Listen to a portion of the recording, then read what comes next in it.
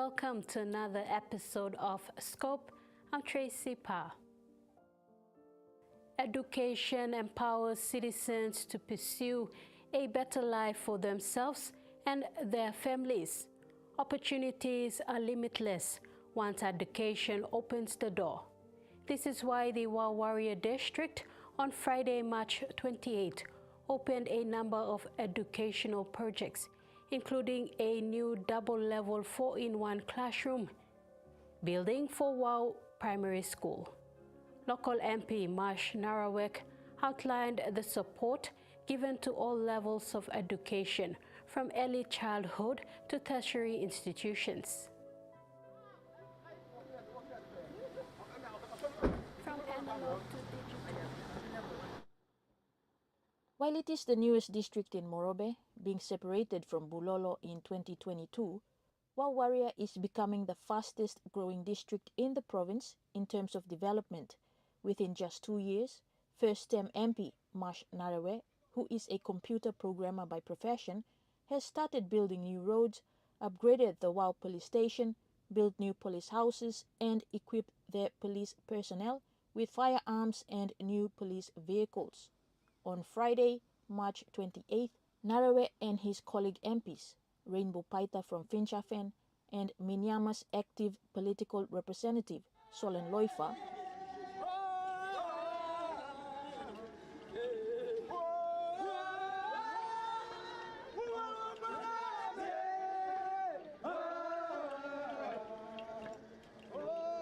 opened and launched a number of education projects.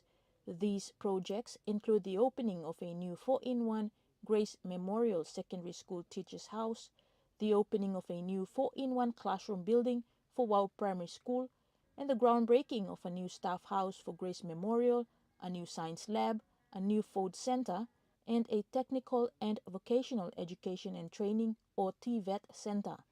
Speaking under heavy downpour at the Grace Memorial Secondary School, local MP Narawek outlined the support given to all levels of education. Education as a big Mibla starting 2023. Mibla start of funding or tertiary student scholarship. Everyone work Mibla working. 2023 you be spending about 700,000 kina. Now you be selling over 200. Beginning you be subsidizing school loan. University and our colleges. Now 2024 one time you be spending about 900,000 kina. Now you be buying school fee loan about 202 plus student too. Mibla spending 1 million and Mibla working maintenance, renovation. So you look at Kalana or Nubla something stuff inside law. Grace Memorial and 2023 and Mibla working myself. Okay, 2024 and Mibla spending Naraka 1 million plus and Mibla working 4-in-1 staff house. This district, this DVA, and in Salimon, teachers go to school through long, hiring car or buying balance ticket, and Mibla Salimon teachers go to school too. Mibla working myself in 2023, now 2024, Mibla working myself, now 2025, Mibla 2 working myself. Salimon teachers go to school. TVET or technical vocational, Mibla got place laba, but starting on the work, but Mibla kami narla program or called youth empowerment program. Now inside looks like youth empowerment program and now Mibla got about 61 or 51 and already lo graduate now. Lo all call one NC1 NC2. Narawek drew attention to the government's reform in the education system, especially the standard-based curriculum with the 166 structure replacing the 364 school structure. This now involves a new framework beginning with 1 year of early childhood education, 6 years in primary school, then another 6 in junior high school and secondary with no dropouts. He challenged respective school boards to prepare to cater for all students as they continue into grade 9 with no grade 8 examination and grade 12 being their only exit. Grace Memorial School and one secondary school inside the district. Now time you put in 160 you come inside and planning money for all of this grade 8 almost come direct to grade 9. Time will come direct to grade 9 and Mibla must have classroom. Mibla must have dormitory. Nibla Malta Staff House. So now we can start finish the working one, the 4-in-1 Staff House finish. Nibla 2 lots the time, I think MRA lo time long immediate bagam na. Working open this 4-in-1 double classroom long. The Grace Memorial Secondary School had been without proper running water for over a decade. Principal Zuhuke Oting confirmed that water has been restored after receiving funding from the provincial government's infrastructure development grant. This means students and staff can now access proper running water to cook, do their laundry and shower. Wau-Waria's acting district education manager, Sesinu Samandinke, said now that they have gotten their own district, they have started checking schools to make sure they are in operation and also have implemented a monitoring system so school inspectors can do quarterly inspections. Out of Wau-Waria's 25 registered primary schools, only 23 are in operation. The primary schools of Tegadu and Geni have been indefinitely suspended due to their remoteness. Like other schools in the country, teachers have left their posts as life is difficult in these far-flung areas where there is no government service. Okay, we plan of primary high school and secondary school only Grace, but any long structure na Morobe Provincial Education ni passing long plan long olusin by Women District masih kat high schools long happy mall federal schools for me especially primary school we finished last year, this year, and next funding come up. School will start next year. Grade first intake, grade 9 will come up next year. But Wau primary school, but come up Wau junior high school. Next school we plan by year, but we will work by trapping putting some project and Kasangare primary school now come up. Kasangare junior high school come up. The school back and it's time to Wau-Waria LNC. Now finish. DD passing finish 1 million finish. We probably using this level making work. And work with me. By work one time, survey me find more work one time DA me committee layer, me marking committee so can work about to make it run work enough, me putting project go down and me game school ready long taking grade 9. Hopefully not next year but after next year actually start. So as someone look me long Garana Primary School was also from the plan to cater for junior high school. That's among school from all Garana schools course. Close to 6 to 7 schools operate with Garana set. Samandinke said they have already created teaching positions for preschools, primary schools and junior high schools, including Grace Memorial Secondary School. They are now waiting for the Education Department to endorse their plan and advertise the vacancies. Additionally, new schools are to be registered. The acting district education manager outlined that the district has embarked on an ambitious plan to ensure quality education for its people, starting from early childhood to tertiary level and youth programs. From analog to digital, some of PNG's biggest names in the music business share their insights in the evolution of local PNG music. When we come back, sit back, relax, and enjoy some familiar sounds.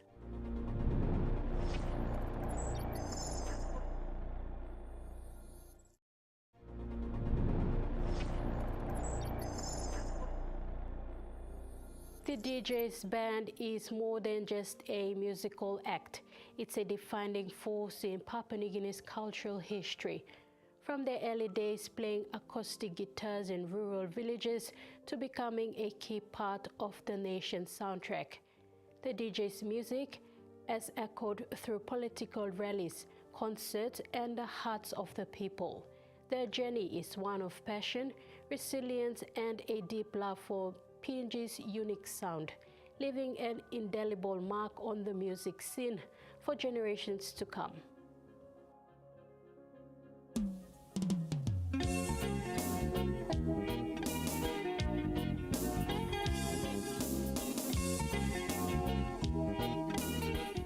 The DJ's band emerged from humble beginnings. Dokona Manoka, inspired by his late brother David, and Dikatai, a self-taught guitarist, joined forces with cousins John Masse and John Irie.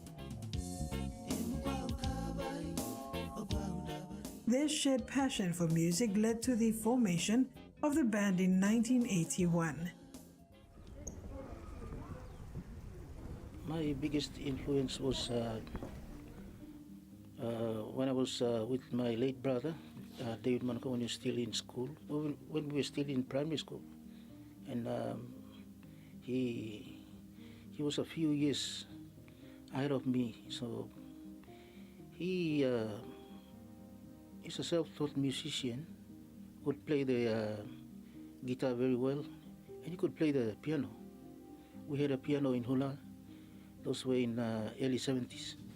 And we had a reel-to-reel recorder. So we used to practice some songs and record ourselves, not knowing that we'll be playing in a band in future. He went to Sogiri. I was transferred to Tubsera Primary School in 1974, and I joined Dikadai. We were in the same class. So we used to bring our guitars and play during expressive arts sessions, and yeah, we started from there. Like both of us, when we were together, we used to, like he has his own guitar, I have my own guitar, so that's how we both came together. Like playing, and like rest of the students had to sing while we, both of us. That's how we sort of came together to start DJs.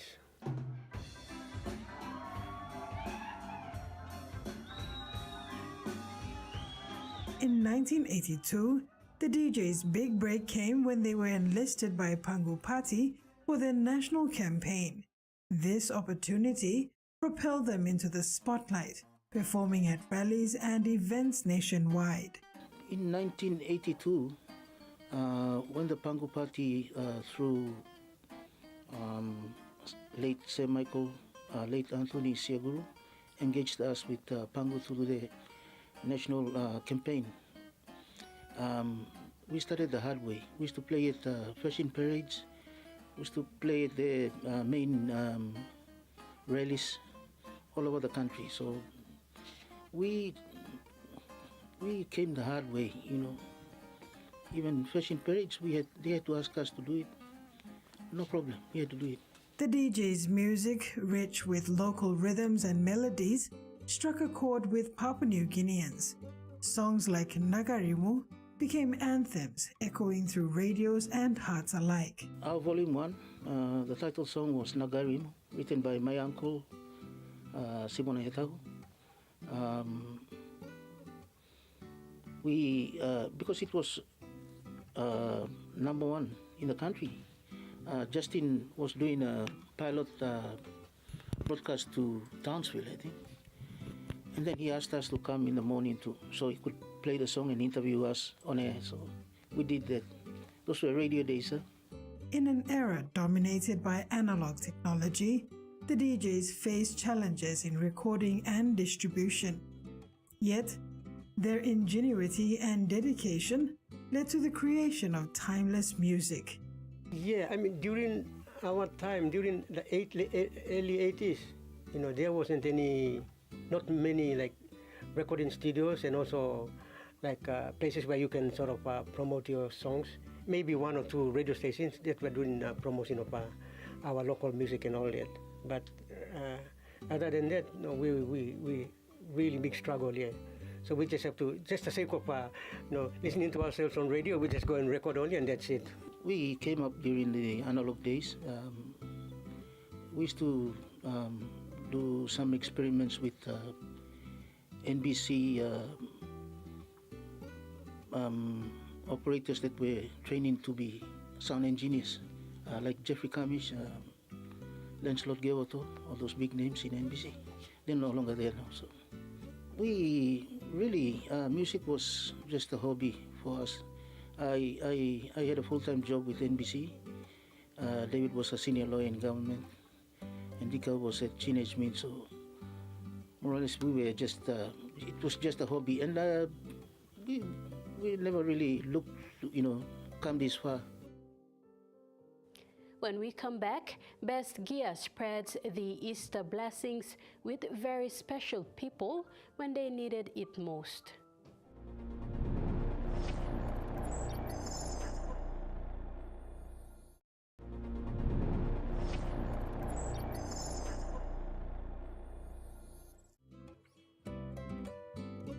As Papua New Guinea celebrates over 5 decades of independence, the DJ's legacy endures. Their music continues to inspire new generations, reminding us of the power of unity and culture.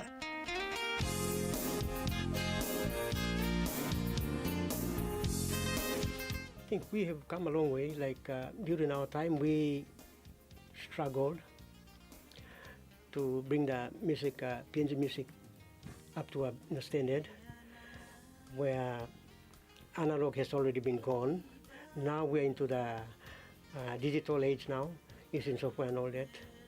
I think the new generation and even the older generation who are still playing, we need to continue help each other to bring the music to another level again, because every now and then the trend and what is changing. So I think with these 50 years, there's been a lot of changes during our time till now. Our problem here is writing music. Not only writing music, but reading music. So I think the young ones should take some time to how to read music and how to write music and lyrics. The DJ's band's contribution to the nation's music and cultural identity is undeniable. Their journey from humble beginnings in Wau-Waria to performing for thousands across the country is a testament to their resilience, passion, and love for the music of their homeland. I think with these 50 years, there's been a lot of changes during our time till now. So that's good. Like everybody, especially even the traditional music also been improved. Like some of them, especially art school students, like bringing traditional music into a modern, mixing it up with the modern trend of music, which is good. So I think we're in the right direction. Looking forward, the future of PNG's music industry lies in the hands of a new generation of artists. Technology has transformed the way music is created and shared, but as Dikadai warns, it's important for these young musicians to remain true to their craft, ensuring that the essence of live performance and the unique sound of PNG remains at the heart of it all. For the up-and-coming young musicians now, they are doing fine with the software recording and all that, digital recording. But I think one thing they have to be careful is like, as I said earlier on, whatever you do, you have to make sure play exactly what you do in recording. So there's another thing I'm always worried about. So if that can be done, then that will be fine for everyone in future. As the DJ's band reflects on their incredible journey, their story stands as a testament to Papua New Guinea's growth, resilience, and rich cultural identity. From humble beginnings to becoming one of the nation's most iconic acts, their music has shaped generations, bridging the past with the future. As PNG celebrates 50 years of independence, the DJ's legacy continues to inspire the next wave of musicians. Their message is simple: stay true to your roots, embrace change, and keep the spirit of live music alive. The future of PNG's music scene is bright, fueled by the passion and dedication of artists who follow in their footsteps. Achievements that you've acquired over the years. It's spanning, like, how many years would you say you've been in the music industry? 44 years. 44 years, 33 with CHM. 33 years. 33 solid years with CHM. 44 years non-stop playing till now. I'm still active, still playing. As long as I look after myself, I'll still go continue.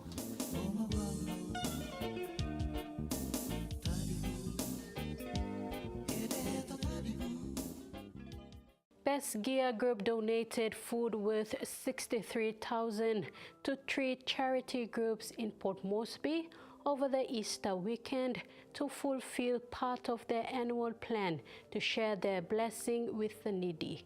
The food was delivered to Chair Disability Services, Life PNG Care, and Laloki Psychiatric Hospital. Director and founder of the Best Gear Limited, Thomas Yen, was fully involved in this, emphasizing Best Gear's philanthropic mission.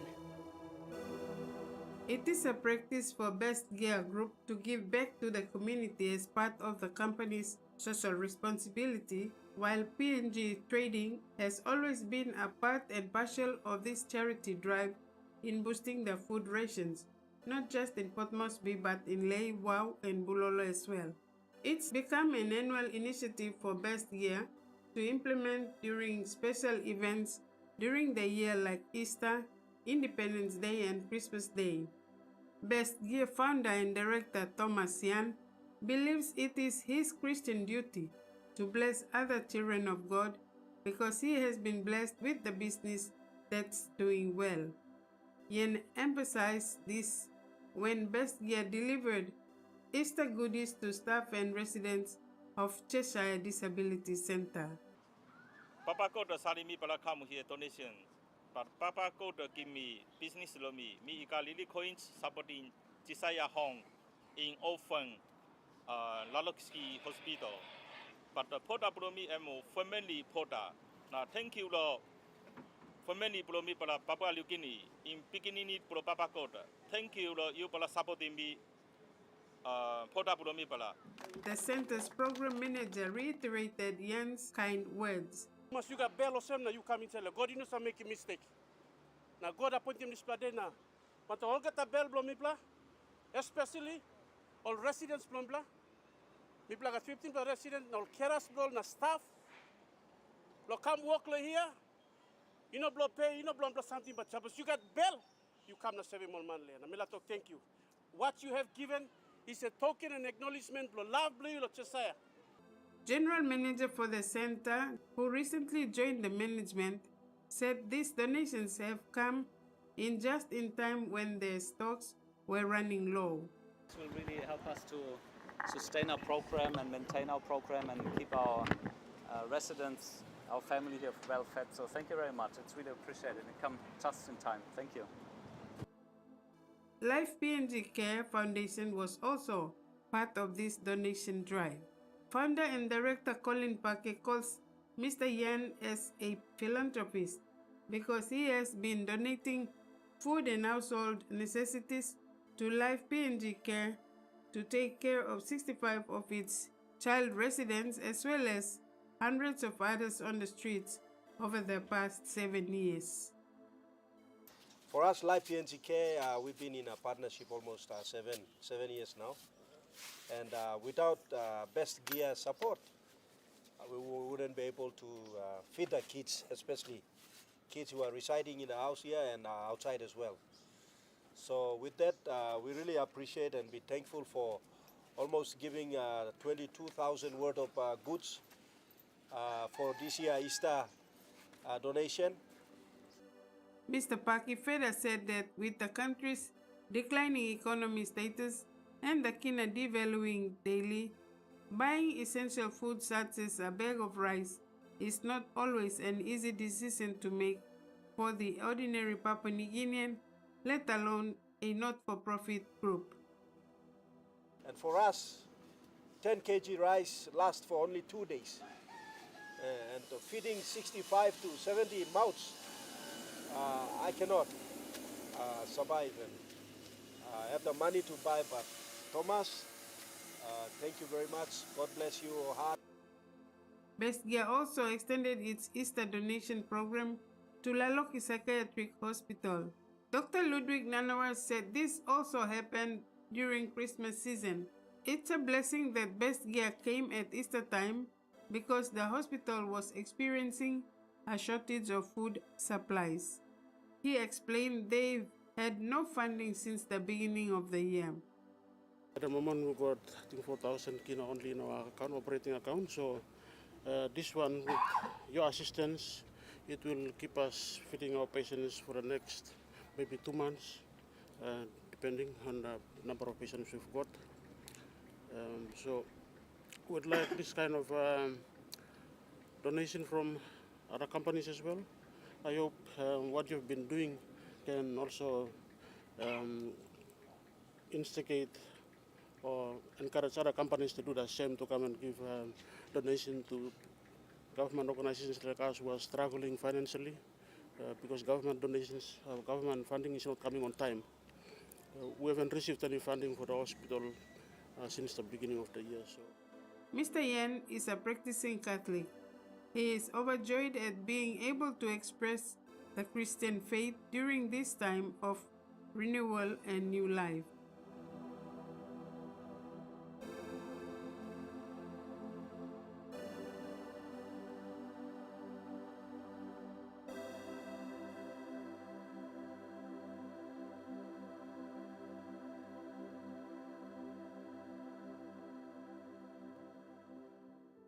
Make sure to join the discussion or leave a comment under our stories in today's episode on the TV1 online website and YouTube channel. Until next Sunday, I'm Tracy Pa. See you then.